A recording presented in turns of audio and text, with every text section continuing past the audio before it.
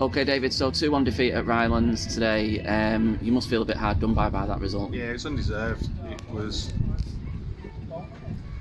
was a game where we dominated. We executed our game plan to perfection. First half, they couldn't get out. Probably the best right wing back in the league wasn't in the game at all. The forwards didn't get a kick. The only thing we didn't do is put the ball in the back. Well, we did put the ball in the back of the net. He got disallowed for a high foot, 2 foot off the floor, which I can't quite understand. But I thought we were superb in that first half, and even second half they changed things. We forced the side to change formation, and I still don't think they really opened us up. Two strikes from 20 odd yards out. Just a bit unlucky, but we probably just need to take our chances, test keepers more. I feel like we had, like you said, we had a lot of the ball. First half especially. Second half we had space, but we didn't really create a proper. Apart from Mason's chance where the keeper made a decent save, we didn't really have a test enough. Yeah, we got down the sides a little bit, but not as much as I would have liked. I thought their back three, the six in particular, didn't want to go and run and get in foot races. We brought Connor on partly because I thought Brownie might have been sent off. They were playing on Brownie, they were appealing on everything, and he had a very random booking already. I thought the referee might have looked to send him off. So we brought Connor on partly to protect Brownie, but partly for his movement and spinning off. And I don't think he really got in the game today. I just didn't quite. I mean, the balls weren't quite there. He wasn't quite able to stretch them in the way I wanted to, and I think that would have been a bit of a difference maker.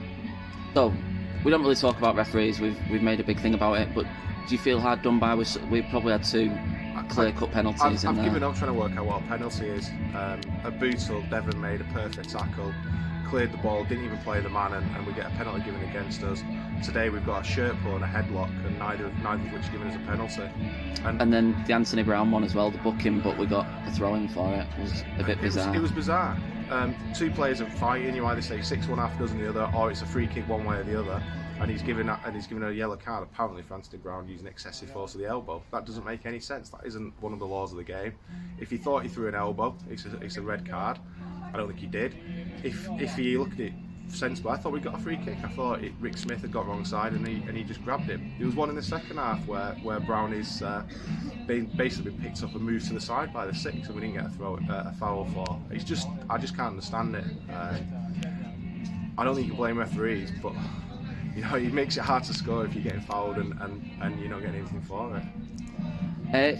On a positive note, Jack Bannister started today after you gave him some high praise from last weekend, put in another good performance and seemed to link up really well with Freddie Sass down that left hand side. Yeah, I thought we did really well down the left. I thought Freddie, Banny, and then at times Bailey and JB just drifting across and supporting. I thought we played some very good football, and at times then isolated the far side and were able to switch and get Mason on the ball as well. So that worked really well, and Freddie settled in.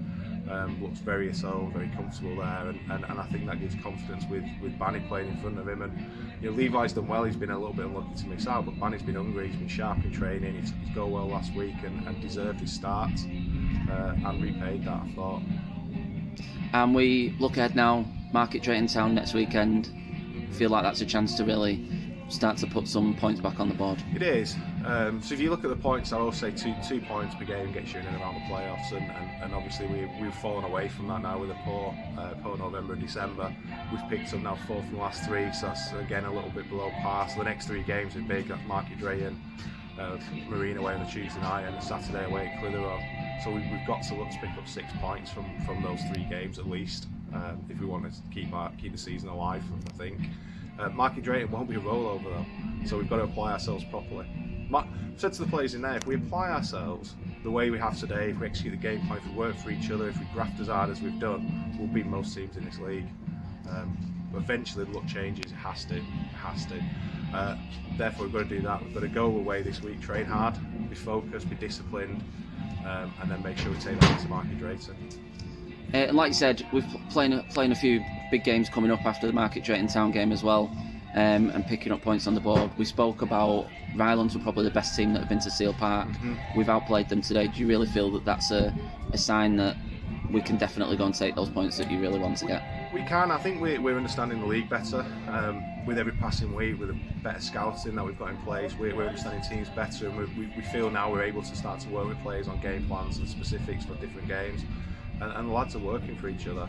So I don't look at Marine coming up or Workington coming up or Clitheroe and think it's anything to be scared of. It's 11 blokes against 11 blokes. If we work as hard as them, if we execute our game plan, and we get a little bit of luck and we chance our arm a little bit more and test keeps a little bit more, we'll win more than we lose. And that's what you want. I think that keeps the season bubbling. I still think we've got an outside chance at the playoffs if we can pick up at least 6 from the next 3. Thanks for today, David. Cheers, Nathan.